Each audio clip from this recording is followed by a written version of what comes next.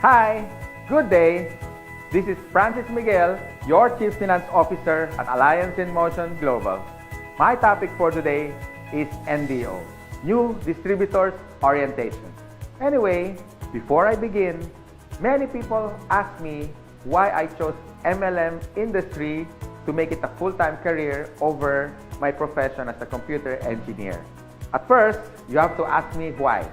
I know you can relate to this.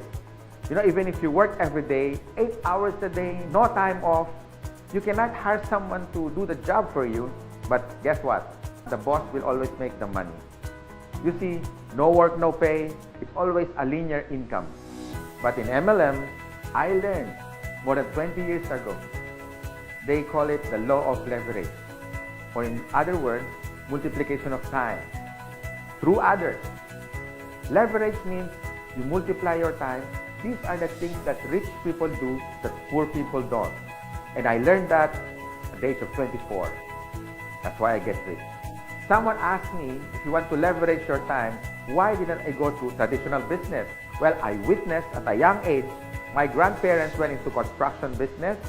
My parents went into bus transportation and restaurants. And guess what? It's capital intensive.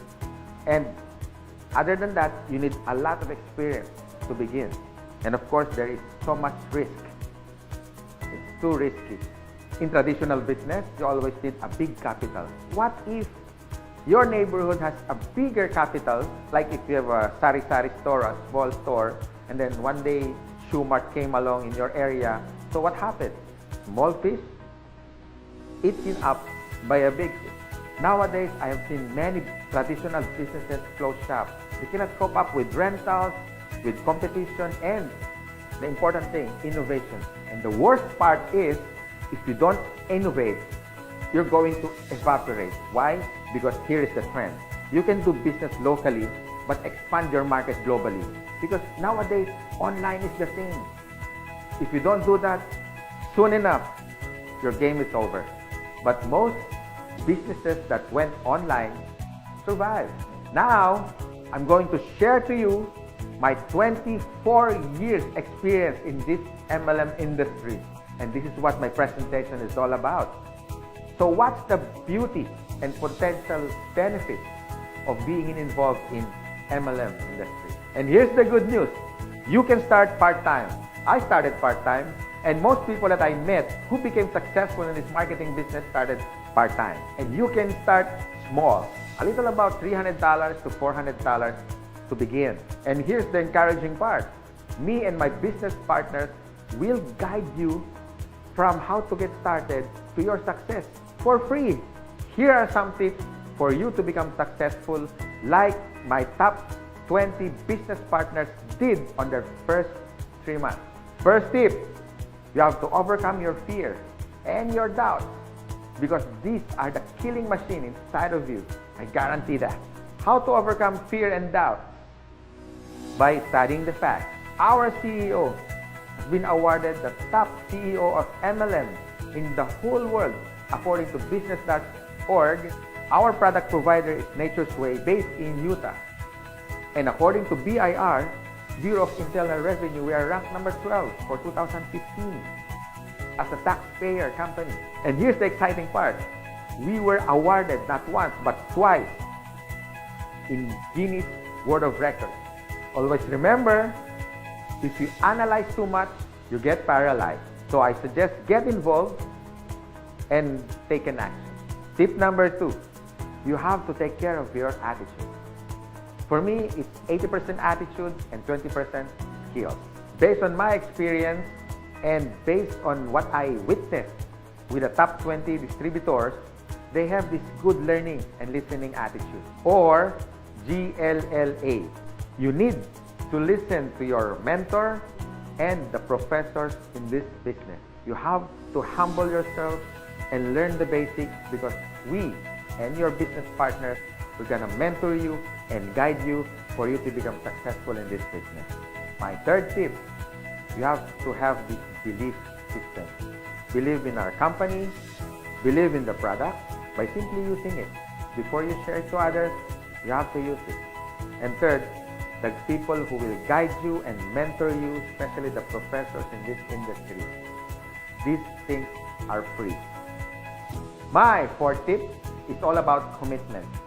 You can try, you can do your best, or you can do whatever it takes. But what's worked for me and even for the top distributors and your mentor as well, they have this whatever it takes commitment. The guarantee for success. And my fifth tip, be prepared for discouragement.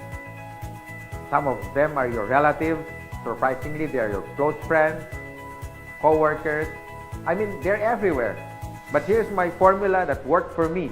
Apply the SW3 next. Some will, some won't. So what? Just go to the next. Move on. My sixth tip for you to succeed. Always maintain that enthusiasm. Be excited. To get involved, always be enthusiastic with the product, with the company, and to your dreams, because one day they become a reality. And my seventh tip is all about focus. And based on my observation, 90% of distributors who become wealthy beyond their wildest expectations have this focus. You can focus your energy in building your leaders, the leadership skills in you. You can also focus on building relationships. You can focus on money management, and the bottom line is good health. If you use these useful tips, we want to see you one day. You drive your own car, having your own house. You can have more time with your family. I mean, quality time if you focus yourself with this business.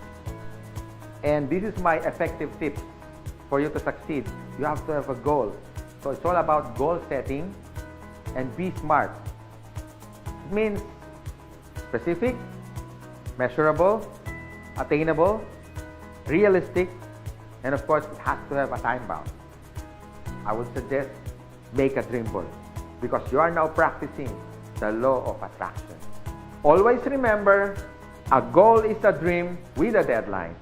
By following my useful tips, I know one day you will be successful.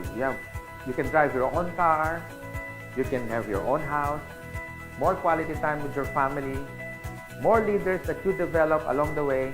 You had built relationships, but the bottom line is for you to stay successful and ongoing success, you have to have a humility. Because humility humiliates poverty, from African proverb.